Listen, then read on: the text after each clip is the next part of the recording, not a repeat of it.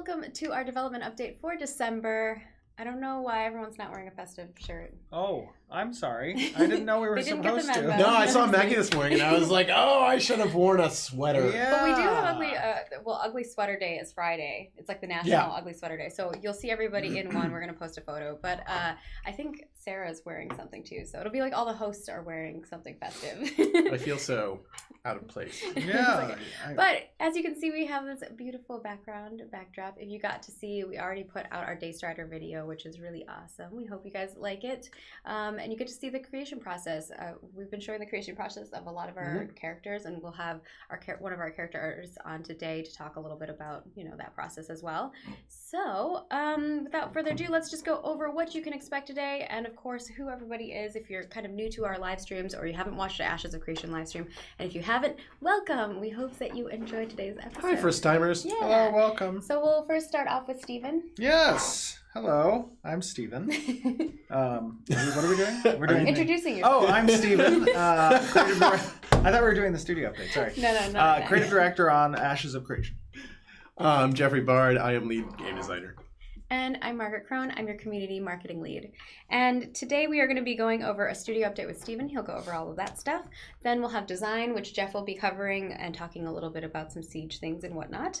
And then, of course, we have character art, going to be showing off some really cool things that they've been working on and also talking a bit about their process. And then, of course, engineering. Engineering has probably the biggest section. They have so much stuff that they've been working on. And a really cool video. A cool video that you all get to video. see, yes. Yeah. And it's MMO related. So, without further ado, I'm just going to do quick updates and then I'll throw it over to Steven to talk about the studio updates. So, Ryman Regal cosmetics are up and available for December, so check that out. They will be available a little longer because of the holiday season. Speaking of which, we have a holiday break, so there's going to be some people who are in and out of the office. We will have some CS support, but probably Christmas Day and Christmas Eve are the 2 days that we won't have support, and New Year's Eve and New Year's Day, right? I think those are the 4 days that we won't have I'll be CS trolling support. on the Zendesk during those days. Oh no. So if you want to put in a ticket, make sure to do it on Christmas Eve or Christmas Day. No, Oh, look what you've done, Steve. I know, no. He's not really, because No, John is not going to let Hello. you do that. And then, of course, we do have a creative director's letter that Steven is going to be working finalizing over the Christmas holiday break, and then we'll be providing to you And all. a cool little video for that. Yeah, Steven's Right? going to do a little video. Little dude. Oh, yeah. Little dude. That is for Christmas Day. So on Christmas Day, we will have a video that's coming out. We'll also have a little short social blurb with it, but then the full video will be on our YouTube channel. And then also on Christmas Eve, we'll have a video for you all. So Yay. we have some stuff planned. Hopefully it all goes out, automatically. So Yes, I there will don't be no have to problems. monitor it too much, but I will have to post it in Discord. So I'll be around. I'll be watching you guys. So Just like Santa. yeah, just like Yes. Santa. I'll be checking if you're Checking naughty or that nice. list. So first and foremost, let's throw it over to Steven to talk about the studio update. Yes, so everything is going splendidly. We have a test actually coming up on this Thursday at 1 o'clock. Some PI testers are going to be jumping into Siege with our internal QA for the Siege build that we have. So we're really excited about that. We've been doing some internal play testing with the Siege client, and it's a lot of fun. It's very cool, actually. Kind of seeing, all the siege weapons working and the walls getting destroyed and people capturing the relic. It's been interesting. We've had some interesting bugs too. We've had definitely some interesting bugs. That can happen. But going into the new year, we have a whole new hiring phase that's going to be starting in middle of January, I believe, that we're going to be posting a lot of new positions at the studios. So We'll probably post that on our social media too, so you can help share the love and get people to come, check apply. out. Yes, spread the word to all through all your social medias. Say Intrepid's hiring. Have you heard of Ashes? So yeah, we're very excited about that, bringing on new team members. Also, additionally, we're looking forward to first quarter of next year. There's a lot of fun stuff that we have planned for that quarter. We have some announcements that are going to be happening as well next year, early part of that year. So look forward to those. But yeah, everything's going pretty good. Yeah, 2020 is going to be a Knock good on year wood. for us. 2020 is going to be a very good year. Yes, we have a lot of amazing things that we have in the works, and of course we're hitting milestones. We not only have the external milestones that you're aware of, obviously with Siege and the MMO for Alpha 1, but we also have internal milestones of like little pieces here and there that we're trying to accomplish. So it's been exciting. Yeah. Yeah. So let's move on to our next segment, which will be design, talking about all the things that they're doing. Hi, guys. Like Steven said, we have been doing a lot of work on Siege recently, trying to get that packed up and squared away. One of the biggest things that we are working on is sort of the balance side of things, making sure that each phase of the battle kind of has the flow that we're expecting, that, attacking the walls doesn't take too long, but also isn't too short, that people can't rush the reliquary right away. We had a couple of interesting matches where, the reliquary was capped in the first 5 minutes, and that was unexpected, but also one of the great things about testing. Well, we've also had sometimes where we couldn't capture the relic. That too. Until like the last 30 seconds, and I captured it. And everyone's like, how did that happen? How did that happen? It was broken. It wasn't supposed to work. I fixed it. By hitting it really hard, I'm sure. No. So that's been a big focus of ours. An interesting thing that we've been kind of learning a lot about are vehicles. All the different siege weapons that we have are considered vehicles, and there's a lot of interesting challenges involving those. I think engineering is going to talk a little bit about that some more, but in terms of getting our caravans working and the kind of bigger systems that involve ships, will kind of use a similar system. Learning as much as we have with the siege weapons has been really useful for us. So we've learned a lot of lessons with that going forward. I think we'll be able to get our caravans on lockdown real quick here. Based on that. It's not only just thinking about it as a vehicle, but also thinking about the environment that the vehicle's on. Right. So I was watching definitely you guys trying to fit them in spaces like up stairways and all kinds of ramps. Trying to make sure that the physics of the machine fits the environment that we are putting it in, right? One of the first things we did when we found we put the siege weapons in was we had too many trees. It was pretty difficult to navigate through around, through the map with as thick of an overgrowth that we had. So we had to move a lot of that stuff out and make sure that there was enough big open spaces for these siege weapons to maneuver. But then you still want enough trees for coverage, right? Right. So you want trees for cover. You want to make sure that there's not just a kill field right there in the front. You want the attackers. Sometimes you're to running be and able to explosions are happening around you, and it's horrifying. It is. It's pretty cool. It's actually the amount of chaos, even with the smaller playtests that we have in the studio, is pretty impressive. So once we start amping up the number of people we have in these tests, like with the PI, I think it's going to be a really exciting mode. Yeah, and we're hoping that we'll be able to show some more footage of that later down the line. There's some bugs that we want to be able to resolve before we show that externally. We really need to get to a couple more polish passes before we'll be able to do that. And not only that, but I think you all have been working on the classes and making sure that those things are balanced too. I don't know if you can talk a little bit about that, because I know that's definitely something the community... that's a big part of it. We want to make sure that each role has a niche that they fill in this battle, and that a balanced party is kind of where people want to put their whole party in. When it comes to the tank, making sure the tank is not so tanky. There was a phase where the tank was kind of OP, he was doing way too much damage, and also it could soak so much. It was really hard to kill the tank. And then making sure that all of the mage abilities are useful and they feel like they have, it's not just a DPS thing, a DPS thing, a DPS thing, but they're actually doing interesting things and changing the sort of overall battle based on what the abilities they're using. And especially because they are a little bit more squishier than some of the other classes. They're very squishy. And this is the first time we're going to really showcase healing in a sense of like a player healing rather than chugging a potion. Right. So every player starts with a potion, but then we also have the cleric class. Some don't have healing potions. They have like mana potions. So the healer is a really fun class. They are not just a support role. They can do some DPS. They use a scepter. The scepter has an alt fire capability to heal armor when they're shooting people. So that's always a lot of fun. Then they have, this pretty massive AoE res that can bring a bunch of people back and really shift the tide of battle. So it's been a lot of fun playing with that. Not having a class like that, not having classes in the BR, it was fun, but having the classes really kind of brings the character out. It feels like you have a real role that you're playing with in this mode. So especially when you're playing with other people and working together to accomplish a goal, which is really neat. It's been a lot of fun. Yeah. So I know we do have a ton of questions towards the end here that the community has proposed. So hopefully we'll be able to answer. We will definitely get to those. So without further ado, did you want to talk a little bit about MMO stuff? I know we talked about. Yeah. So sorry, I thought I was leaving. No, I was looking down the list. So on the MMO side, we've kind of gotten most of our systems locked down to a point where engineering is actually creating tools for us. So we've been defining a lot of the requirements we have for tools. So while Unreal has a lot of capability in and of itself, right, we can, as designers, just go in and do stuff. Having tools makes our workload a lot lighter. So, something that, like, on average, I'll give you, like, to do an ability might take 5 days, right? But if we have good tools, that ability might take 3 days.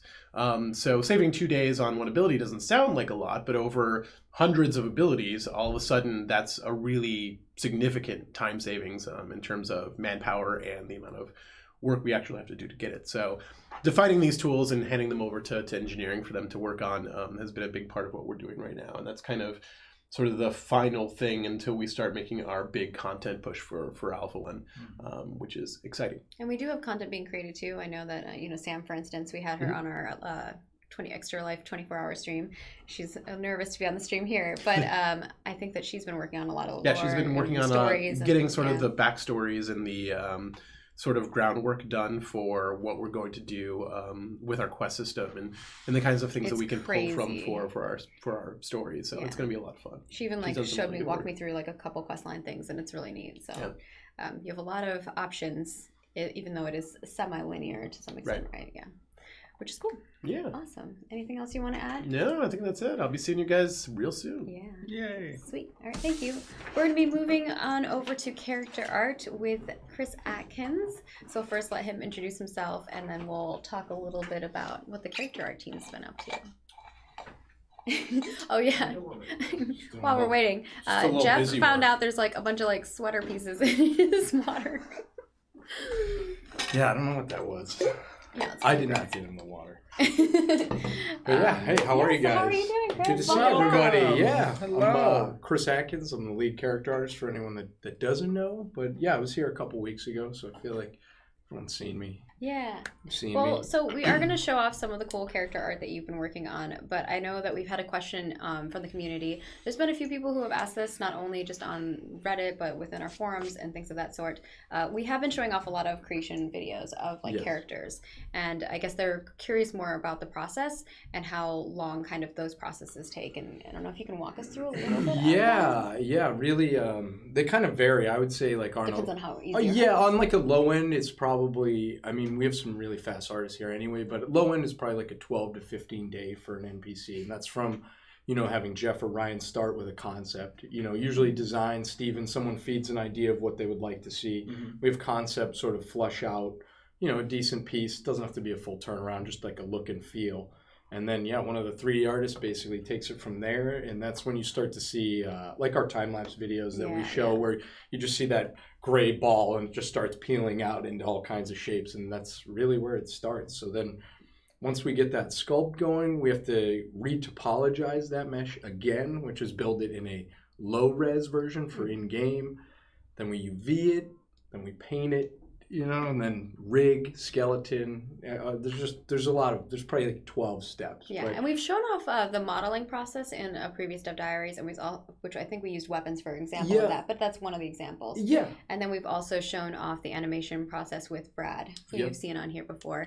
And we've really hopefully walked you through those processes of the development, and now we're kind of showcasing all of those things. And what these help you do too is create some of the creatures that are based on these base models, right? So you're able to create, that means you're able to create new creatures faster, right? Yeah, everything this whole process, especially building an MMO, just becomes exponentially faster. Like as we get more pieces, we are able to throw more things together. More unified skeletons mean, great, now we don't have to build a full rig and have an anim do it. Like we have 38 anims for, that Day Strider. If we want to make some variant now, all we have to do is sort of live within the confines of that skeleton, and we can put out an NPC in probably a third of the time Yeah. of the first one. And we also have, I think there's a Moonstrider or something like that. Yeah, That's that a, one. That's a more hairy version of Yes. that. And that means that one is going to be a lot faster to Oh, create. definitely. And then you can also use the base animations Yeah. for the Daystrider and then swap it out. Yeah, right? and then you just throw a Jinxie on it. It's like a day and a half Jinxie's later, there's a amazing. full model. It's great. Yeah. I like that the Moonstrider is a more hairy version of the Daystrider. It is. It's like, and it has a smaller It snout is. too, I guess, right? Yeah, it's like a kind of a camel neck. Yeah. Yeah. But I mean, They're like, fun, though. It's using that base Right, model it and is. then It altering. does I was just totally. trying Yes. to like No, give I an know, yeah. example. No, it is. Yeah, trying and to give an like all those example. long nose bones. Yeah, we'll just drop those off, basically. you Right. know? Yeah. Yeah, so hopefully that gave you your answer. I know there was like a lot of assumptions going on around the internets about how that works and what this means and why we're creating so many. But I Yeah. think what we need to explain to you too is that the world, you wouldn't have NPCs to quest after or to kill. Yeah. Don't kill them. Yeah, And you know, or ride, or yeah. like or interact with in the world if we didn't fill it up with stuff. So I think one of the main things that we're trying to do is make the world feel really filled up. And Totally. Yeah, and we've sort of been attacking creatures and like we're now, we have aquatic ones. We're just kind of going around the horn trying to fill out every sort of biome with different kinds of And our team creatures. is working on crazy biomes that are just Yeah, the environment team is they're amazing. just amazing. And we've been showing some of those too. So if you're really watching the videos, you get to see a little glimpse into some of the different sceneries that we've been putting out. And also maybe you might get a sneak peek of buildings or, fauna or whatnot that's in the world. So definitely keep your eyes peeled when you're watching those. I mean, the important thing about these creation videos really goes to show you guys just the scope of variables that we have between the creatures, right? I mean, that animal husbandry system, as I know, character team is excited. Just I'm very excited. I'm very excited. I just lock up and sweat every time. I'm like, yeah. No, I'm excited. It's gonna be great. It's a crazy. But there's a lot of on. content, on the creature side, on the character side, on the armor side that's in the game, and as Chris was saying, each step incrementally decreases the production time as we move forward, establishing those across the board skeletons and rigs, and confining the new creation stuff to within those kind of mega categories. Yeah, and I think you make a great point with the different skeletons and bases of those skeletons. One of the things that we got questions about was the cosmetics. One of the things that we're doing is following in line with those skeletons. Absolutely. So what you're going to notice is a lot of those do kind of have similar bases, but then we have like little alterations that are going to be incorporated in them. So they won't take as much time to create. Absolutely. Yeah, That's been our goal. We're trying to be really thoughtful about the things we create right now. We're like, how much we can get out more of it. This type of thing in this world, so let's create a theme that kind of fits that. Those type of things. I'd say the whole project, the whole team, the whole company's gotten a lot better at that too. Yeah. We're really focused on reusability. So hopefully that answers those questions. So moving forward, let's check out the stuff. So we Yeah. have a new thing that we haven't shown off, which is this new dragon pet, and I think this is something Keith was working on. Keith correct? was working Yeah. on it. He started it a long time ago and then sort of put it down and restarted recently because we were kind of getting to this skeleton shape and we're working on pets and things like that. So this will be a little pet. Well, I this want is him to the like pseudo. sit on your shoulder. This is the pseudo dragon. This is the pseudo This dragon. is the pseudo dragon from Kickstarter. Yep. So those of you who own this little dude, he's going to be flying around near your head as you walk around in the world. Yeah. Just kind of hanging These out. things are awesome. Yeah, we have the Fabies, basically the first one sort of working off that skeleton. And you'll get to see It's that gonna be baby awesome. on Christmas, so stay tuned. Oh, that's you true. don't get to see Yeah. it. Sorry, I'm not trying to spoil No, your it's good okay, stuff. it's All right. okay. Somebody Give a little said. teaser Somebody of it. said Dracarys. It is, yeah, very much. It does kind of give you those vibes, but we had that out. I don't know if we had that out around. I don't know what year you guys put that out. 2017. Yeah, it was out there. Yeah, Keith had just done that Elder Dragon, and then he was still on that Dragon King. The He's like, "Oh, I'll the get Elder another one Dragon going." Yeah, they're great. It's so amazing. Yeah, Keith's People very loved it. talented. And then, of course, moving from there, we have the Mantle of the Silver Temple, which is a headpiece that you can wear. Yes. Yeah, I was doing some scheduling and some other stuff, and then I just grabbed this. We have a nice backlog of items, so whenever I feel like, I'm like, I could take a break from something organic and do something more, weapon or armor related, I just do a quick task. Yeah, I just quickly make I these just things. quickly It's, get that no out of the problem. way. Yeah, well, creatures take forever, but yeah, this one was really fun, and I've kind of seen this concept floating around for a while. Yeah, It's so like, this was the concept, and I think the other one was the final. yeah, the other one was the final piece. I think I got pretty close. Yeah, That's you're the very final. close. That's the in-game asset. So I think I got it right on Yeah. for the most part. It's really But good. yeah, I've been looking at this one for a while, and I just had a couple days where it's in between stuff, like bigger tasks. I don't know was if like, Steven oh, yeah, wants let to me give a little grab insight that. into the lore of these types of things. Like, Yeah, absolutely. I mean, these types of headdresses oftentimes, demonstrate a position and or lineage that the character, backstory for the character, kind of where they came from, what inherited pieces they received from their family, the type of accolades they may have received in, participating in certain groups and or militaries in the past. This particular follows the lineage of worshippers, kind of the moon and the stars, a more celestial oriented type of backstory. So, it's cool to see these types of headpieces not just constrained to what we typically see helmets are on the head per se, but rather this one kind of has that Like kind that of magical quick- feeling where it's yeah. floating Yeah. behind your head. I think it's a really cool silhouette even to see behind a character, and it's unique in that sense. That you don't really often see in other games. and you get to keep your hair. Oh, So, yeah. Yeah, if that's you have a right. hairstyle you really like, then you don't have to like cover it. Yeah, and I spruced up the back a little because when I originally made it, I was running around. I'm like, oh yeah, you never see the front. I'm like, I better make the back a little more interesting. Well, you will when you're turning your character Yeah, in the yeah. film, but yeah.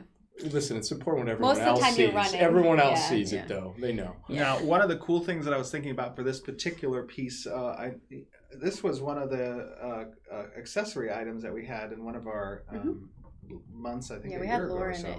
It was But- this year. Oh, is this here? Okay. I think so. I remember but seeing this, it. It was a year ago. one thing that might be cool with regards to this, and we'll see if we can get this working, which I think we can. But when your character does, a cast or an ability or something, to have that moon piece actually light up or glow. Oh yeah, Ooh, I want to that get would be Jim. cool. We need effects pass. Oh On yeah, this. absolutely. That would be So really that cool. way, this is not just a static, cosmetic piece on the body, but rather kind of dynamic A in part what of you're you, doing. Yeah, I agree. Yeah. That would take a lot more, but Mhm. it would be really cool. And then, of course, we have the Dune Wing Falcon. So we have many creatures who have multiple wings. Yes. Which is going to be Yes. interesting. I'm sorry. Yes. But now you're going to kind of get to see how this one. So this is the model process first of seeing how this creature looks with this double set of wings that we have. Yeah, and this is the high poly sculpt that I was talking about earlier. Jincy did this, so that I think that's probably around 14 to 20 million polygons for that Jeez. bird. Obviously a game engine can't handle that, so she reduced it to around 10,000. I was gonna say From 20 million. Yeah, now you holy can see how it comes out smokes. though. It's Yeah, beautiful. look how gorgeous that is. And it's another one where she's taken this from concept through modeling. She rigged it. She's animating it. So this That's is a so full piece of hers again, like the Daystrider. Jinxie's amazing. Yeah, And it's impressive. Oh my gosh, it's gorgeous. Yeah, you don't find a lot of artists that can animate I mean, as well. the cool thing about just to give everybody context, and I know we might have said this in the past, but the cool thing about going through the production line of these creatures and cosmetics from our what we call our promise list, which is basically rewards from Kickstarter or the monthly cosmetics, is they all fit within the master category of content that we're creating for the game, right? And we utilize those creatures and cosmetics to kind of set the tone for the varying cosmetics and creatures that we intend to have that are in the game that are a part of that production line. But here you can get a glimpse of just of the quality of art that's going to be in the game. I know MMORPGs in general have had, a period of time where, we're playing a lot of older games that came out 10 plus years ago. I've worked on them. Right. Yeah. But just to see the quality, that Ashes is going to debut, I'm really excited about, because I know, game mechanics are really where the central point of, the gameplay is, but it's really nice to have accompanying great game mechanics is great art. And the team here at Intrepid makes really great art, and it's going to make a very immersive quality to the actual MMORPG, so that you can really get into the world you're a part of. Yeah. And we also can use these as create variants from these that are also in the totally. world. And we're going to make a ton of regular 2-wing bird creatures from the same skeleton setup and animation setup. So again, this will save time on owls, hawks, anything moving forward. We don't have to use all 4 wings. I think we have a video of this guy in Yeah, game, don't we? we have 2 videos. Oh, nice. So this is the first video. So we'll let that play and we can talk over it. But So here you can see the actual person's flying the character. this is more like a monster coin style. Yeah, exactly. Yeah. So, as you guys know, we do have a monster coin system. So a lot of times when we show the models in the game per se, we kind of inhabit the model and show off. It doesn't necessarily mean you can become this model, but that's the perspective you'll see. It allows in us to some make of these videos. And this is, I think, just Jinsey quickly. Yeah, and a showing lot off of the game animals there. she's been focusing on right now are for the pet system part of it, and now she's actually starting in on the whole NPC path, so it can attack and take damage and dodge and all that kind of stuff. Yeah. And that little lag was because it started looping the video. So if we can go to the next video, there we go. And here's just to give you perspective, to the size and ratio of She's the so model far away. itself to a character, right? Mhm. So, for this particular cosmetic pet, this guy's not going to have obviously any in-game relevance with regards to mechanics and or combat. Rather, Just be a we little don't sell the pay-to-win aspect in anything that we do. So instead, he kind of just flies around and hangs around with you, and there'll be a little bit of interaction that's available, perhaps, where the pets will be able to do something with your character, and animation team's great on coming up with stuff like that. Yeah. Yeah, I love seeing these two just because it's like it brings that You magical just gotta tell her feel to zoom back in a little bit more. Yeah, I She's know, like I know. so She much- wanted to really I know. sell that it was this thing. Yeah, it's cute. But yeah, so that's kind of like the stuff that you guys were wanting to show off. And if you've seen some of our previous live streams, we've actually shown some of the progression of things. I think, for instance, like the troll character, Oh, you got to definitely. see that from the beginning Yeah. till when it was like final and animations for it. Tau 684 said, "Can we fly our pet, embody the pet, and capture someone else's weapon?" And immediately when he said that, I was thinking of like the battlefield like rovers that you send out. Oh, yeah. You Like see little rovers drone, and yeah. you blow them up the drone. You could do that with the pet. That'd be so great. Yep. Oh my goodness. Yep, thanks for the comment. Another 6 months of development. Oh, We'll get it. No, Scope it won't be creep, that scope bad. creep. No, maybe if it was a robot one, I wouldn't want to Right. blow up a cute little No, bird. you just like inhabit its soul. Its eyes turn like blue, and now you're a part of it, and you can just fly. No, I'm just kidding. Hey, maybe for like a like a druidy or shaman. Heck yeah. We need to talk to engineering. Okay, That's there always you go. that's Kick my it off, out kick every it off to time. I'm like, engineering. hold on, we need to talk to engineering. That's a good about segue that. because you know what's next. Our engineering team is going to be represented by Kevin McPherson, who will be joining us. Thank you so much. Chris. Yeah, thank you guys very We much. really appreciate you. Thanks, joining Chris. us. No, thank This was you. fun. That was a great time. Thank you. All right, McP has a long list. He gave me a very long list of things. that he would Welcome, like to cover. McP. Thank How you. you doing? How you doing, buddy? So great. How are things? Did you recover finally from our 24-hour live stream? I did. You know what? McP is one of the only other people who stayed up the entire time. It was Ian, McP, me, and Dude, McP was a trooper. Not Brian. only did he GM for 24 hours straight, but he also ate an entire can of cat food. Why'd you do that? Well, John actually. John ate John a was in spoonful. there, right? Oh yeah, He got John good had a big chunk. spoon. you didn't have to do it. Right. Didn't know. Was I there didn't have like to little do it. pieces of bone and stuff you said or something? Or No, what it was just hair. It was salmon. There was hair in Yeah, there. it There's was. no hair I didn't there know was salmon no hair. had hair. It doesn't have hair. We There's also no did hair. the It was the rice. what were the evil jelly beans? The puke flavor. Oh, and yeah, those one jelly, was dog food. The dog food one was pretty rough. It's disgusting. But The dog food one's, I think, the worst because it just stays in your mouth and lingers. it was washed away with ales. That was a lot of So- fun, by the way. I really enjoyed that. It was fun. So first and foremost, explain to people who maybe are new and are just tuning into Ashes of Creation what you do on our team. So coders generally work in a glorified text editor, and we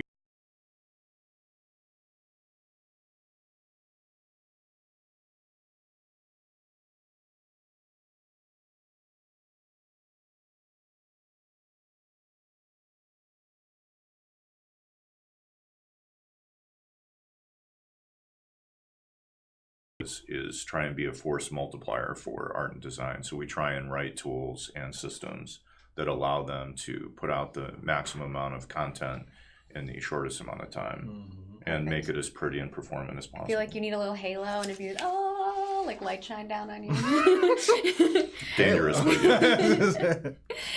So let's first talk about the first thing on your list, which is leaderboards and where you guys are at with that. Yeah, so we're just ending essentially the implementation of leaderboards. So that's going to be ready to turn on in the near future. I think it already got put up with the last update we have. We just need to flip the switch. I think right? it's the back end so that we can grab data to make sure that it's working properly. Yeah.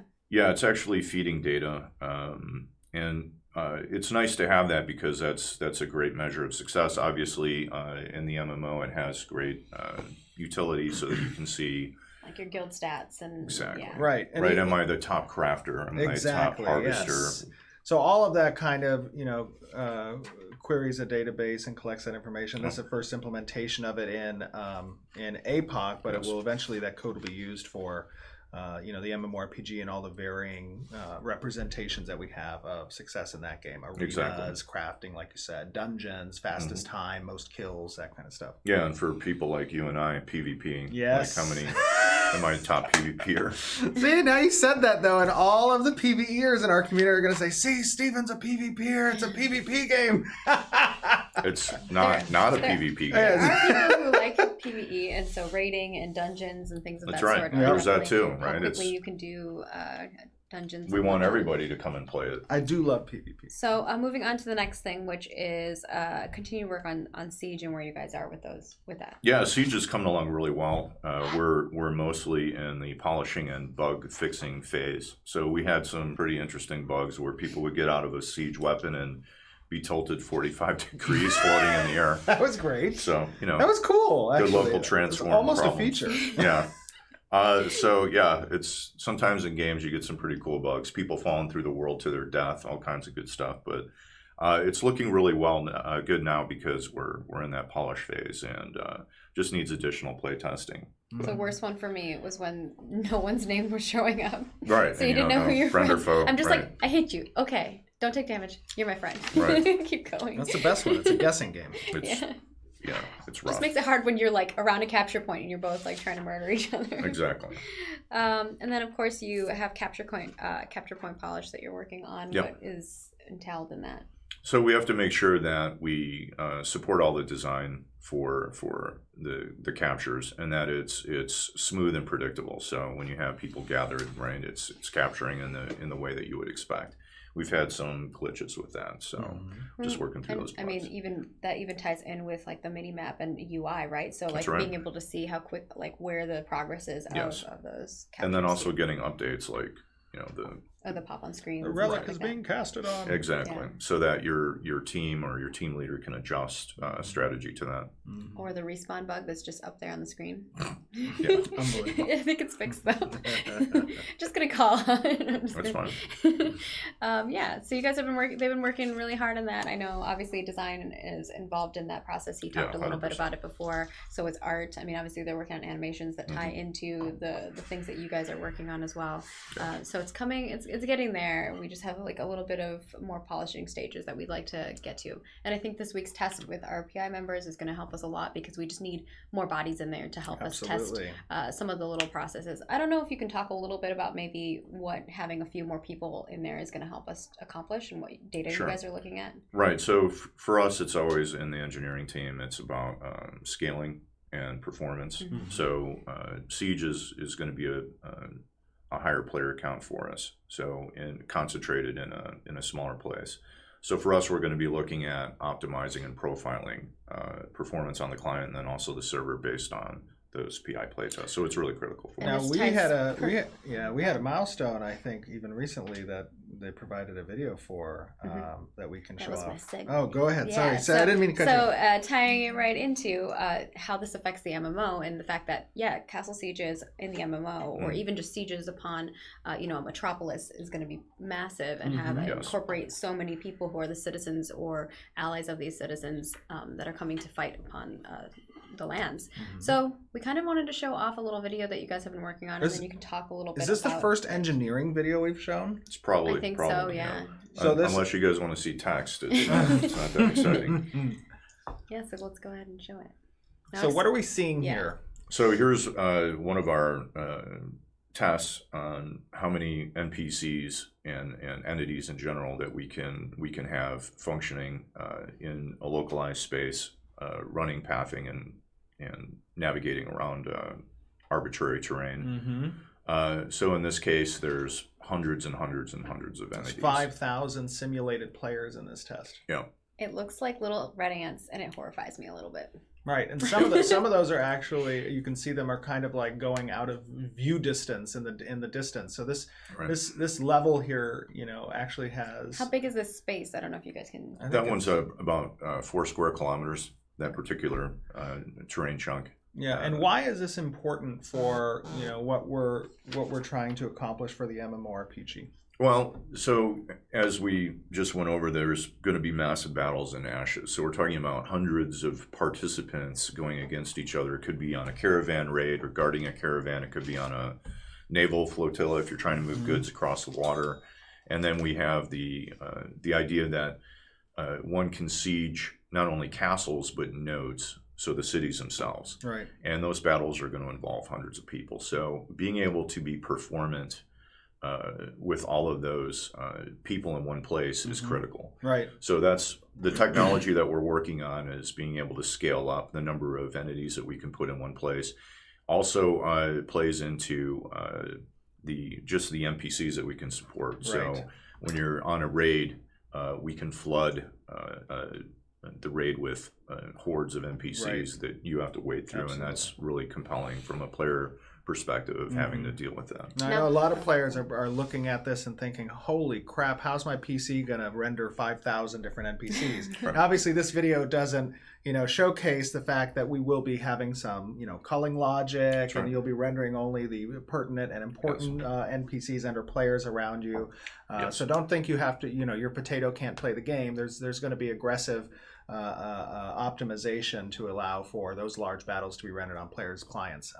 But additionally, on top of that, you saw there kind of a character dummy, right? And one of the features that we intend to have for these types of large battles, as we've said in the past, is a default player appearance that can, player can set when they know they're going into a large battle, and that can reduce the, basically the load on their computer when rendering all these other players and their, unique costumes. And you've probably seen that in some other games. Other games sometimes have like a Control F so that you can remove all the other NPCs other than you and the monster, or your party.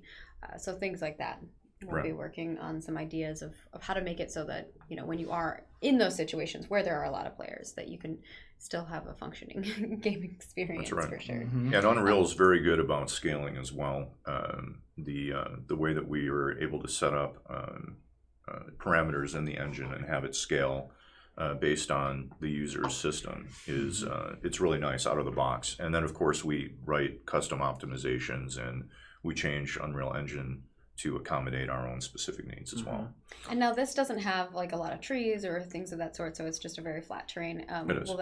How is that going to affect things once there's other environmental pieces that are going to be in the world as well? So on the navigation graph, trees and everything will sort of poke holes in that, and then the NPCs will not traverse through the trees. So it works pretty well out of the box. Also, it can be dynamically affected. So if you have a boss mob that's sort of a big ogre, as it walks around, it's sort of cutting a hole in that nav mesh so other entities don't want to run through it. They don't want to get squished. They don't want to get squished. And you'll that see, can be fun, though. You'll see some of these, some of the simulated clients are kind of grouping up together during the video. That's because we do have collision on, and they're hitting each other and whatnot. That's right. I noticed there was a question, what about like effects and cosmetic pets and whatnot? As part of that culling algorithm will obviously be some provisions for special effects and what's important to you. That's right. Additionally, the default player appearance will remove any non-combat oriented or mechanic oriented cosmetics such as cosmetic pets. Yes. And we're already optimizing a lot of our effects anyways too, right? Right. Like our particle effects as we're creating them.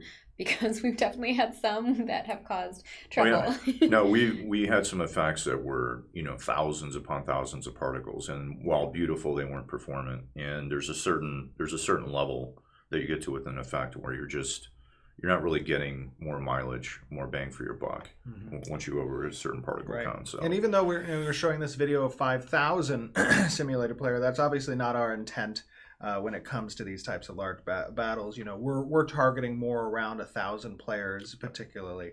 But obviously when we're doing these types of things, we go above and beyond that to kind of see where the limits are, where they take us, right? Yes, and also going beyond our limits allows us to profile more aggressively because we see the spikes and the hits in performance, they're readily apparent. So the more that we scale up, the better, and that's why testing with our Phoenix Initiative players is also critical for us. Yeah. All right. Let's move on to, because we still have like 12 more other topics on to go over. So let's talk a little bit about the additional support that you guys are providing for the classes and the abilities. Sure. So in the context of Siege. Or MMO. No, I think really towards Alpha 1, yeah. Previously design has had to kind of brute force a lot of those ability creations. And what are we doing to be a force multiplier for them? Yeah. So one thing they were doing is they were authoring like helper actors that they would spawn to sort of be a data store. But that takes time. They have to set up a blueprint and the logic and the variables within that. And it's also not great because spawning actors in Unreal it's not free. It's something that replicates. So it's a network hit and a server performance hit. So we're putting in like a scratch pad so they can just store variables on the caster and then refer to that, and that hopefully will speed them up. A lot of their work in creating these abilities, whether it's a fireball or a blink spell or invisibility, is done in the manifestation of the coolness factor of it, right? Yeah, so whatever we can do to give them tools to accelerate that and give them visual feedback speeds up the process, so that if, like Jeff was saying, if we can take an ability creation from 5 days to 3 days, and there's hundreds of these to be created, that's substantial. Now this is taking into account, Alpha 1, we do not have the intent to provide our augment system. Instead, it's just going to be the straight base archetypes that are going to be represented with the base active skills. That's right. But this the new ability system that engineering is providing design, it takes into account how these skills are compartmentalized into a component system and can be swapped and matched out to have rapid development and iteration of these abilities, and include the riders that will be indicative of augment system to those types of skills. Yeah, so the componentized ability system will allow them to sort of drag and drop qualities or ability effects onto a parent ability. And that's going to be a lot faster for them than what they have now is sort of a wall of text data where they're putting in properties and things into the ability. That's going to be pulled out. It's going to go into a database where they can make changes rapidly, and the actual Unreal tool will be much more drag and drop. And that goes for all the tools. So even the spawners in the world right now, they don't get a visual representation of what would spawn there. So we're going to provide that as a preview when they. And that's super important as we enter alphas and betas, because part of that iterative process is being able to iterate rapidly. Exactly. Right. And that really touches on the speed at which design can iterate. Yeah. So in all the MMOs I've worked on, engineering is usually the front-loaded. A lot of work needs to be done. But then once those systems are written, it's really creating the content that kills you, right? That's a lot of time to create a vast, living, breathing world. Absolutely. So it's Especially really when it keeps changing and altering. correct, and so it's really up to the engineering team to make sure that we can assist design and art in the creation of this content, so that it can be done rapidly. Right. And then, of course, moving on, because you do have a lot to go over, you guys have started on the status effect systems and like stacking rolls and things of that sort for like crafting and whatnot. Exactly. So one of the things we are getting to now is putting certain effects on a character or an NPC, such as poisoned or stunned or Dizzy, etc., and then providing code support for the stacking rules that design needs, so that we, if you have a higher level effect on you and you get a lower level effect, it's not going to stick, right? Or you get somebody recasts the same effect, then it reinitializes sort of the time that effect stays on your character. I see. So they don't stack on top of each other. It just restarts the timer. Yes. Or the rounds or whatever. Yeah, that's pretty critical. If you have an ability system in an MMO, you need right. this. And those types of stacking effects also include diminishing returns on Yes. CCs and whatnot. Yeah. That's right. So the first snare will definitely slow you down 100%, but each consecutive one over some delta time as defined would diminish. And then also how that affects when someone hits you, right? Like some of those things will break or slowly diminish, right? Yes. Or have chance to. Because the chance to proc or chance to do something is also a whole other realm of stuff. Exactly. And we just actually put in weapon procs this week, which is awesome. So design will be able to set up those. And that plays towards the combo system, and how it's constructed for Alpha 1, that players can, add effects that proc based on a passive hit rate and percentage chance during that combo system, yeah.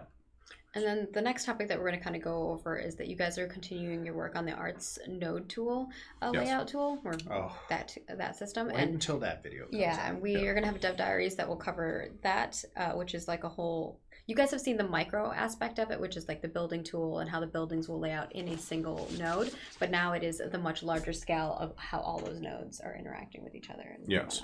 So it's critical that we continue work on this tool in the editor that allows not just the environment team, but also the designers to construct sort of the layout for these nodes. And it is dynamic. So when a node levels up or de-levels, it's going to have a different footprint than any other node. So it's going to be unique. And previously, as we've demonstrated back in Alpha 0 over, oh my gosh, is it a year ago? When is it? 2 years ago. Almost 2 years ago we had Alpha 0. Wow. Yeah. So, about 2 years ago we had nodes in Alpha 0, and they would collect experience, and they would represent the culture of the experience. That was a primary benefactor in leveling up. They'd go up to stage 3.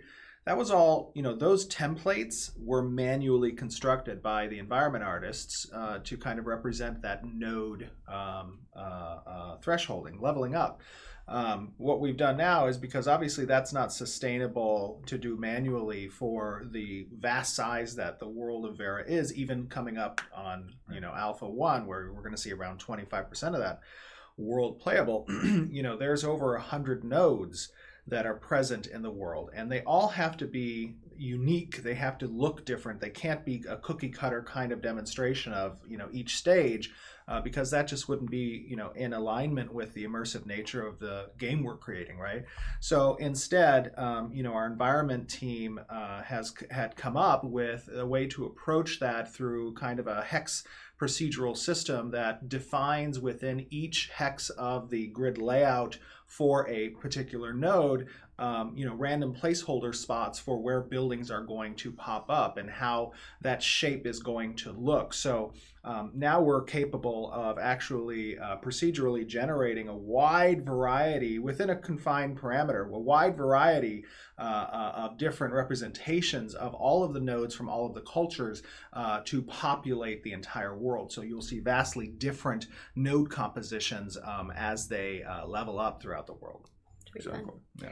It'll be a fun experience for all of us. And there will be a video on that later demonstrating the tech and how that's constructed. Yeah, I think we have shown some of that tech. So definitely go look at the previous dev diaries because we've shown some of it. Yeah.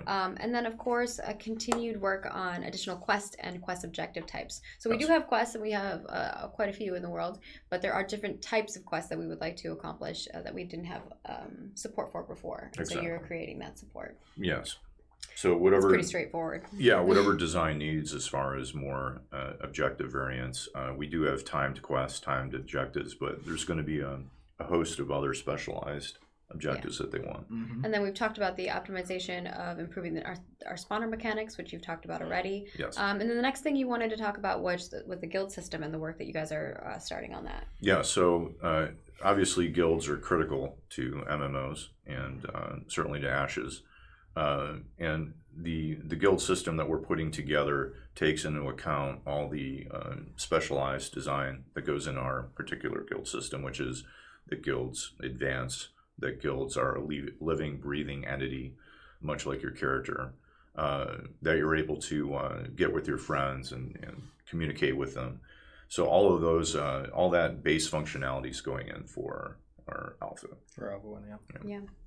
And then beyond that, you guys have been working on housing and node plot systems and how that is going to work. Yeah, so there's It's a whole multiple. other thing. Yeah, it's a big system. So there's houses that are physically in the world that you can purchase, and then it gives you access to services in the house. It could be crafting stations, storage, like an extra bank. And then there's, of course, things like freeholds where you would have a deed and you'd be able to construct a house. Mayors can construct businesses within the nodes. It could be a guild hall, it could be a smithy, it could be a tavern. So all these systems need to be coded, and then we need to support the tools for art and design so that they can preview it and iterate quickly on it. Yeah, and But that goes. it's fun. It's really exciting. Goes right into the other stuff that you guys are furthering, which is furthering the node functionality in regards to elections and mayors and how that system works. Yeah. So when a node levels up, there's a voting process that takes place, and so we need to support that so players can then vote for the mayor, and the mayor will administer the node.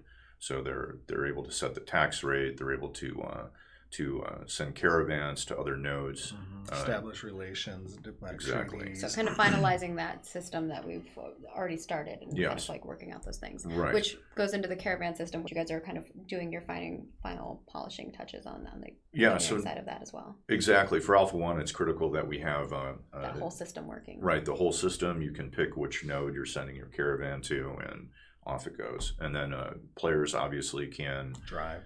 They can drive those. They can raid those. You can sign up as a defender for it. There's quests that are going to be available related to caravans, and then in later stages of development, we'll have that system on the water for And then ships. the final thing you wanted to talk about that you guys have been working on this month is the event system and how that works. Yeah. So design has asked us to expand our event system, and events occur based on things that go on in the node. So if the node levels up or de-levels, particularly leveling up, it could attract the attention of more powerful entities, dragons, ogres, raiders, who knows.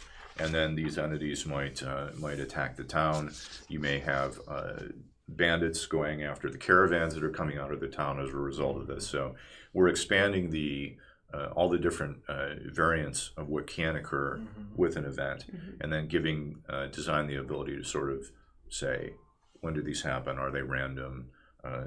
Choose from a list, etc. Give them full control. Important thing about those types of events is, I know in the past we've talked about those events attacking specific buildings and or services that the node has to provide, which provides the citizens the incentive to defend so that they don't lose out on those services. Exactly. Not all of those things are contained within the walls of the city.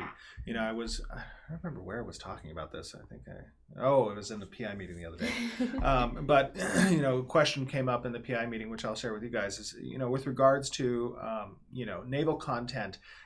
When nodes spawn, are they spawning on the coast, and does that provide harbors and whatnot? As nodes develop, right, there are points of interest hooks that exist out in the world outside of that node, obviously, that develop with the node's development. Right. And for example, a node that is close to the water obviously is going to have a hook that reaches out to where the harbor might exist for that particular node.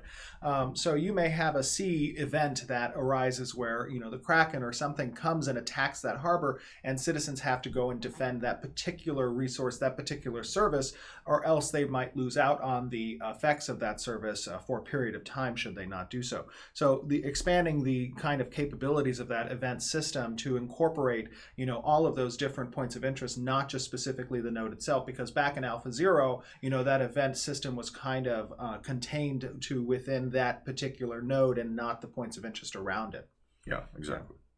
It's gonna be a lot. And then also figuring out the priority of like what notifications do you see versus not, right? That's right. If there's an event, we have to let the players know about it so that they can react and they can have fun. Yep. All right. Well, thank you so much, McPhee. Thank was a you, lot. McPhee. Thank you for bringing Pleasure. us Woo. some engineering video action. Yes, first Next video. time, show us the Awesome. programming of it. Yeah. Wall He of always- text. Anytime I ask, he just So sends me exciting. ones and zeros That's whenever right. I ask for assets. 110001. Well, thank you so much. We're going to be Thanks. bringing back Jeffrey Bard, of course, and your lovely community manager, Sarah Flanagan, aka the Toast, Lieutenant Toast. And I will see you all next year. So thank you so much for tuning in. I really appreciate it. Sarah's shirt is amazing, just so you know. Well, earlier you went up to someone else and you're like, we were all supposed to wear ugly sweaters today. Sarah wore an ugly sweater. And it was like, It's in the category of ugly, but it is not This ugly. is my It is not my ugly. best sweater. It's No, I'm just not kidding. ugly. It's I'm just gorgeous. kidding. Hi everyone. Greetings. Hello. Oh, Welcome. you have I a do. pretty sweater. Thanks. I figured you would cool. like it because I it's love space it. and a It's cat. Space and cats. That's And an it's extremely Santa. large cat or a very small Santa. I like to imagine it is both. Oh. Very small Santa on a very large cat. Oh. Through space. That's over cool. time. I have a different sweater for Friday Oh. too, for our Great. ugly sweater competition on Friday. That one lights up. Oh That's my a fair god, warning. I've already lost. I've already lost the competition. This is great. Thanks, So, Sarah. without further ado, thank you guys all for joining us for another live stream. I asked you guys to share your questions with us in advance, like we do every month before the live stream. So thank you guys for putting those together for us. There was a great forum thread on there. I actually took some time last night, since some of you had asked questions that had been asked before. I went in there and took some time to post some references and let you guys know what the answers were for things that we have already answered, so we don't cover them today. You still know what those answers are. And if you did post a lot of questions, we probably did skip over them. So next time, if you want to make sure your question is covered, keep it short, keep it simple, just post one and we'll get it covered. Woohoo! Woohoo! Yay. All right. Magic Man from the forums asks, will the main story quests treat us as the one hero or acknowledge through dialogue that we are part of the bigger picture? So we want the players to feel like they're the movers and shakers in the world for the most part.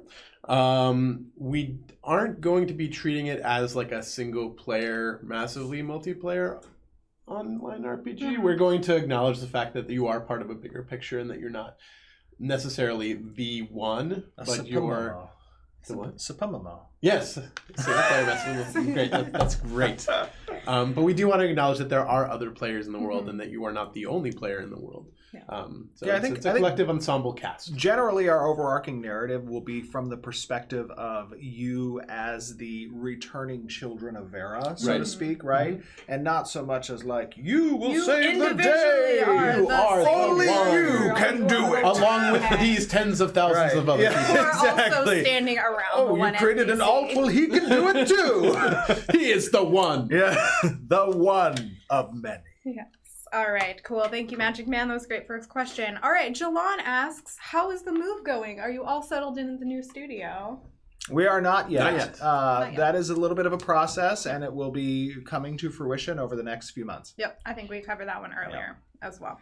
Cymex asks, with the new backend infrastructure, does internal testing show that 10,000 player servers can still be achieved, or will you need to dial that number back a bit? And I No. think you kind of No, covered we have that not. earlier. I You got to showed that the point bots yet. Yeah, earlier. we have not dialed that back yet. As a matter of fact, we've been dialing that forward. Yeah. Based on the bot testing. Yes, the stuff that we based saw. on our internal stress testing using both bots and simulating connections to the server, simulating players like you just saw there. Mhm. For sure. All go to further solidify our plans for player population. Mhm. And people were mentioning when they saw in particular that video earlier, they're like, well, that's just people running around. What happens when it's people with all their spells and So, abilities little and known pets fact, and everything? actually, the most taxing information on the server side is actually Is movement position, data. because it's something You're you are given your constantly XYZ doing, in time. and it has to be represented to other players in real time. Every time. So You go, that is like, I don't know, 85% of the network traffic is Yeah. really movement position. So it's actually one of the most important components. That's a great stat. That's some I don't know, fun. I That's just- fun making the sausage behind the scenes Yes. for people who understand that actually what is the most network intensive Yes. is your location point in time. All right.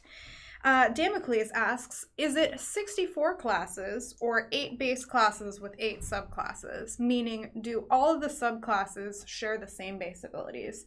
So, for example, if I'm a tank mage or a fighter mage, are the mage abilities the same for that tank mage or the fighter mage? The mage augment is the same grouping, but the way it affects the active skill, you only receive active skills from your primary archetype, and then it gets augmented by your secondary choice. And those augments are different for each class. Right. So it is different. A mage affects a warrior differently than a mage affects. Right, but the augment school is exactly, and it will yield a different effect because the base active skill is different. But the parent augment is the same, like teleportation, elemental. So like you take the mage groupings of augments. You have teleportation, you have the elements, right? Those two things get applied to different active skills based on your base subclass. Yeah, with different consequences. Exactly. Got it. All right. Gubstep asks, in Apocalypse, we saw the use of AWS, Amazon Web Services, servers to dynamically spin up game server instances based on player count. Moving forward with the MMO, will you continue to use AWS or eventually invest in your own server racks? We will be using AWS. All right. As of this moment. All right. That's our plan until plan changes. Until plan changes. Correct. All right. Wolo asks, you have told us before that gathering resources exist more as a cluster, such as mining from a vein of ore versus from a small rock. Could you give us another example of this, such as for wood cutting? So it depends on the resource type, right? Okay. Some resources are obviously going to lend themselves to having more of a pool of available resource that over time will be whittled down until nothing exists, and then it will randomly spawn again at one of its locations across the world. Obviously, certain resources like wood are going to be like a single tree that can be chopped down, perhaps, and then will respawn later at a later time. Right. So, it just depends on the type of resources. And there will still be this idea of clustering. Right. But the other cool thing is there's moving resources as well. So like herds for wool, wild wool or something, right? Where you have basically an interactable herd of animals or something that you can go up to and collect wool from, and they'll just be constantly moving around the world. And over time, you'll see the sheep are shorn, and some of the sheep are shorn, until and there's then just one sheep left, and he's just like, please someone take my wool. I'm the last of my kind. I'm the last. Or please do. He's like the last kid that got picked. Yeah. I'm so hot. It's summer. Right. Oh my God! Take this wool off. Exactly. Please share me. Right. All right. Bounce asks, have you considered adding treasure hunt events created by players? So I think there's some element to like treasure hunty stuff, but not necessarily created. We have by not players. considered that. Yeah. Okay. All right. And we likely won't. Okay. Ashon asks, could we get an end of the year progress report stating the accomplishments of the year? We will in our creative director's letter. There you go. Hydrilla asks, what is the plan to make questing immersive, especially as it relates to the open world, where you may see many other characters accomplishing the same thing? And I think the example that was given, which is like, I have to go kill Questy McBad Guy. I show up and there's 5 other corpses for Questy McBad Guy already there. And that doesn't make me feel as immersive. But I guess we did kind of cover this with the first one as well. Acknowledging that you are part of that bigger picture will help.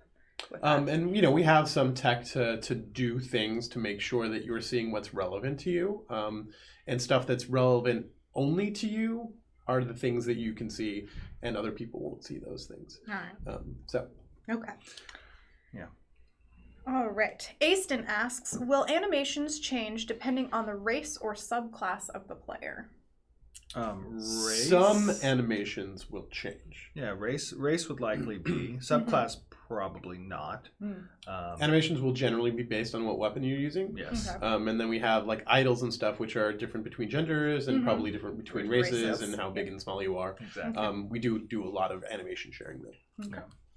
All right. TL asks, will you let us know what tier of freehold structure the skins we purchase will replace? There will be an article in the future, coming soon, trademark, that will kind of go over the freehold system in general and give you an idea of how these structures interact with one another, what the progression table is for some of these structures, the types of structures that exist, and how they correlate to the cosmetics that have been available previously.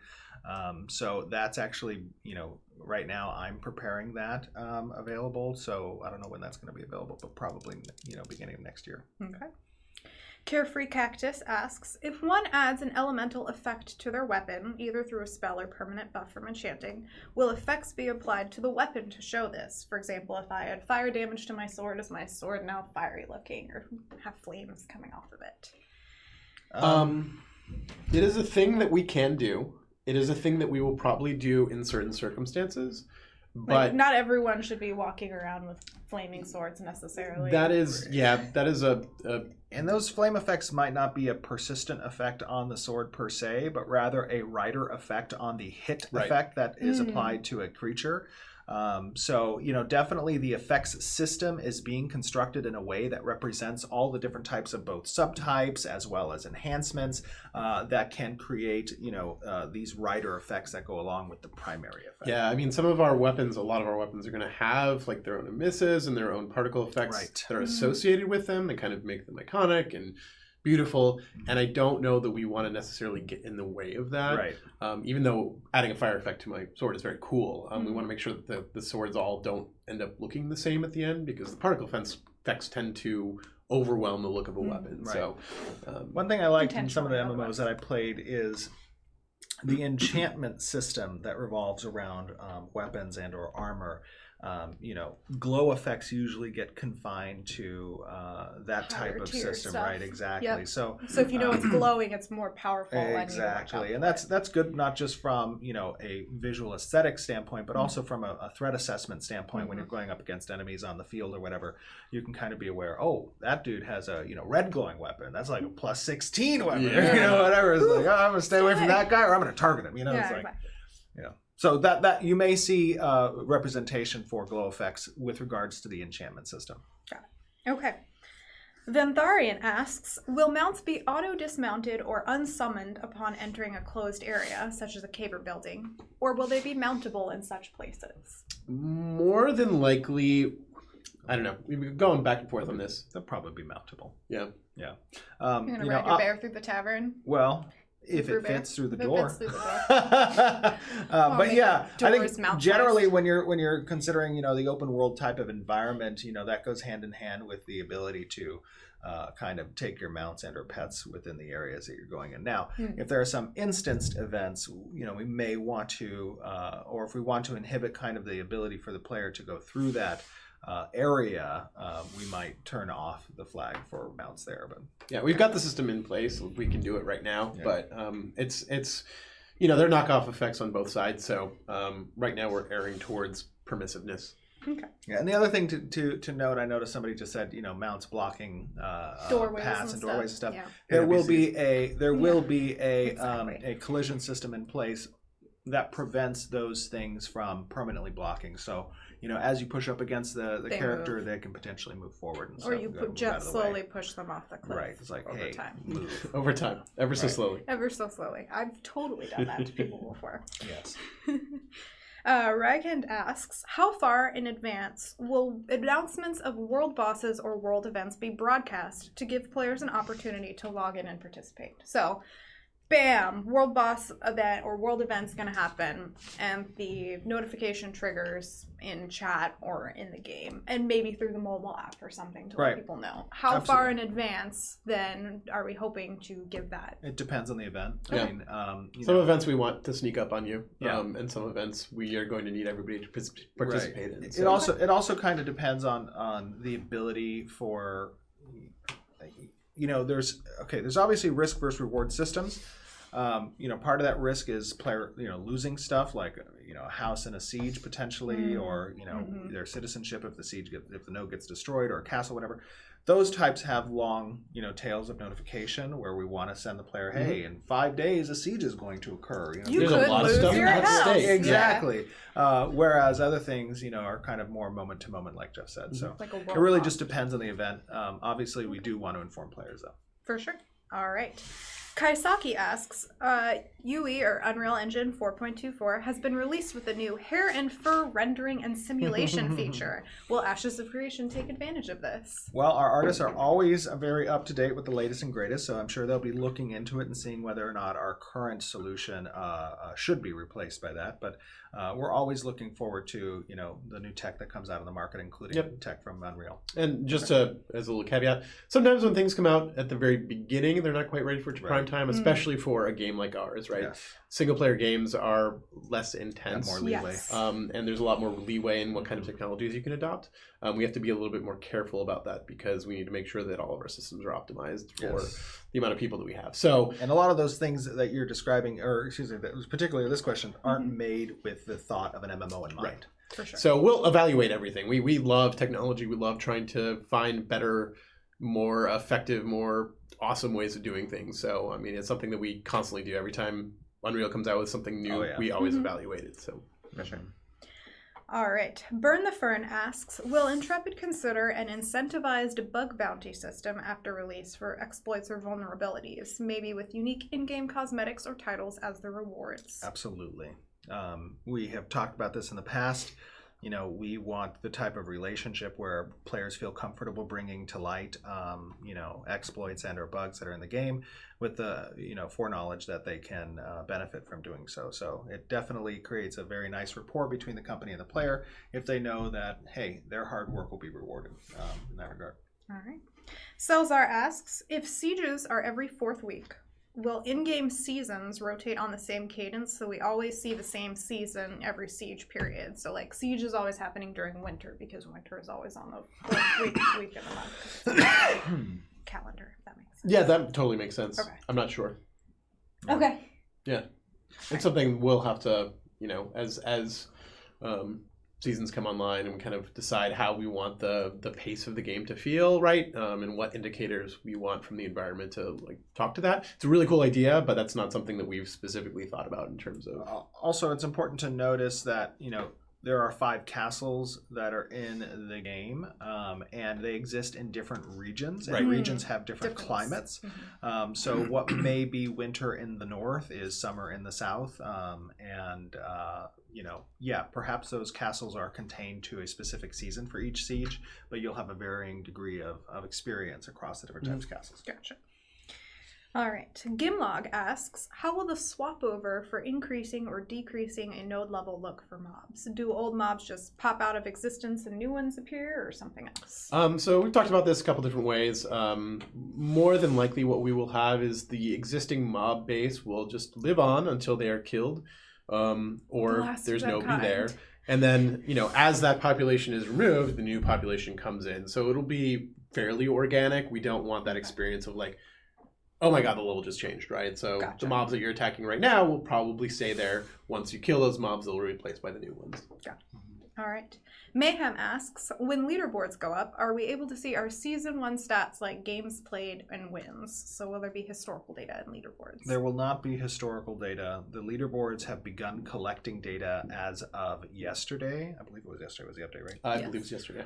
So as of yesterday, all stats that are will be tracked on the leaderboards, but not previously. All right. Bob's Your Uncle asks, what happens if a freehold is placed too near to a village and the village expands? Will the freehold disappear, or will it be so that you can't put a freehold in a place that is part of that node's expansion possibility? Yeah, you will not be able to place a freehold within the footprint of the maximum possible expansion of the node. Okay, cool. So confirming that part of it.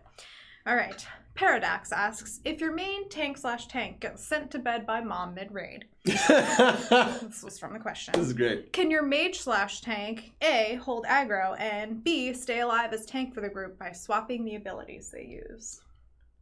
So based on their secondary alone, would they be able to tank?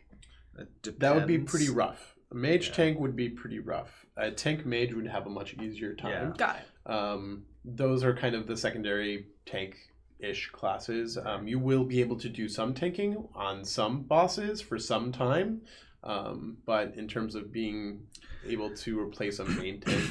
Yeah, that's a pretty complicated, obviously, There's question. There's a lot of variables we don't know about there. It's going to come down to equipment and stuff. But generally, if you're looking at performance indicator, like Jeff said, primary class as tank is going to be predominantly what's capable of encountering equitable level experiences as a tank and fulfilling that role with a wide variety of acceptable parameters based on subclass selection. And there's also going to be specific niche tanking that is available, whether evasion, magic tank, physical tank, control effect tank, those types of things. So we want to provide a wide diversity of available options so that, we can mitigate as much as possible what content you're facing and not having a meta for all content, so to speak. But generally, as a mage primary, it would be kind of difficult. It'll be more of an off tank. Yeah. So there will be some niche situations where they could probably function as a main tank, right? But like a lot of games I've played, they probably can't run you through a whole raid. Right. A lot of games I've played in the past, I tried to tank as a mage. Sometimes it didn't work out, and sometimes it didn't work out. Yes. Glass cannon life. Right. Oh, it's a hard time. All right, we've got just a couple more questions here from the community before we wrap it up for today, or this year, actually. I love saying that. We're going to wrap it up for this last live stream year. of the year. Last time we see you this year. So Doran Live asks, will different timed or triggered events within a node be able to occur at the same time, such as a siege and a mayoral change? And if so, how will that look? So I think a siege, really more than anything else. Yeah, because when a siege happens, sort of locks down a lot of the parts of. Well, Sorry, I was just going to say the other thing is that the siege declaration window appears for so when a player completes the necessary tasks to achieve an item that allows for declaration, and they lay that declaration down, they're provided a window of available times. And usually we're going to structure certain events like the mayoral change with outside of that window of time. The available window of time is going to be indicative of the region in which that server is located. So you'll have NA servers, you'll have EU servers, so on, right? So NA servers might see available siege options when the declaration occurs between 4 p.m. and 7 p.m. Pacific or something, right? And the mayoral change tick occurs at noon, so it's outside of that window per se. So we'll be able to avoid new mayor right before siege. Right, exactly. Ooh. Well, there you go. But also the other thing is the mayoral change. Yeah, exactly. Yeah. Okay. We'll see what happens with the new mayor. Yeah, we'll see what happens with the new mayor. You never know. All right. Last couple questions here. Argentum401 asks, are you going to implement a sandbox mode where players could test out different skills and classes? You're playing it. Thank you, Sarah. Oh my gosh, that was great. You're gonna play more of it. That was great. But yes. We haven't really talked about that. Yeah. You mean more specifically narrowing in on playing? Yeah, it's something that would take not inconsiderable amount of design time to do. It might be something that we do later on down the road, just so people can try out different builds and stuff. I mean, we've talked about Alpha 2 persisting as the public test server, right? So, that type of experience where it's more specifically catered to the MMORPG classes and mechanics, I think would occur post Alpha 2 as that is the persistent public test server. For sure. Okay. Will asks, have there been any further iterations to combat since the last update for Apocalypse? And that was not yesterday. This question was written before yesterday's update. And if so, what changes have you decided to make? So in terms of Apocalypse, no. We've obviously changed a lot for Siege. It's still Apocalypse. It's still Apocalypse, but it's also a different game mode that lives alongside of it. So not for Apocalypse, but for Siege. It's not for Battle Royale, not for BR, but for Siege. Right. That's what I was saying. Sorry, my mouth. That's okay. My mouth. It's a little bit difficult to enumerate that, right? Because it's a class-based system. Mana is a lot more important in this system for different classes. Yes. Confirmed. Managing your abilities is a lot more important. It is a lot closer to sort of the MMO experience than the BR was. So in that case, yes, we have changed it quite a bit. But the overall feel isn't terribly different in terms of like the moment to moment. I'm using my sword here. I'm using a fireball here. That's all relatively But the there's same. things just like more you'll polished. you'll see one dash, but you won't be able to do 3 dashes in a row. Right. Like if you want more mobility, you may want to go with a ranger jump Right, spell. exactly. Instead. Like not everyone gets all the Everything, same. right. Exactly. Yeah. You're gonna spec into specifically what you want. Okay, last question here is from Rima596, who asks, will summoners have the ability to equip their pets with items? Summoners will not, but battle pets and mounts will have the ability to have equipped items. The role that items play with mounts and combat pets is adopted by the skill set and passives that are available in the skill tree of the summoner for their summon specifically. So equipment is primarily delegated just to mounts and combat pets, whereas summoners use their active skills and their passive skills to augment the abilities of their summons. Got it. All right. Well, thank you guys all for submitting your questions again on the forum. Thanks, you Those were guys. awesome. Yay. And thank you for joining us for this live stream as well. Big thank you to all of our guests we had on today. We had Jeff on. We had Chris Atkins on. Who else do we have on? We had Kevin We had McPherson. Kevin McPherson on as well. So thank them as well for joining us too. Some final reminders here. Those Ryman Regal items are now available in the shop if you want to take a look at those and get your festive frosty season on and ready to go.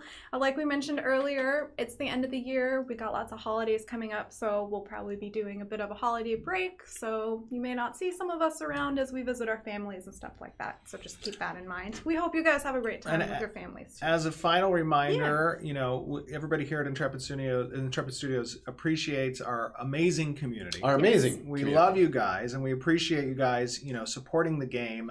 And we hope everybody has an awesome end of 2019 and an amazing 2020. We're going to be with you every step of the way. We have a lot of cool announcements coming up next year and some pretty exciting dates. So stick around. Yeah. We'll see you.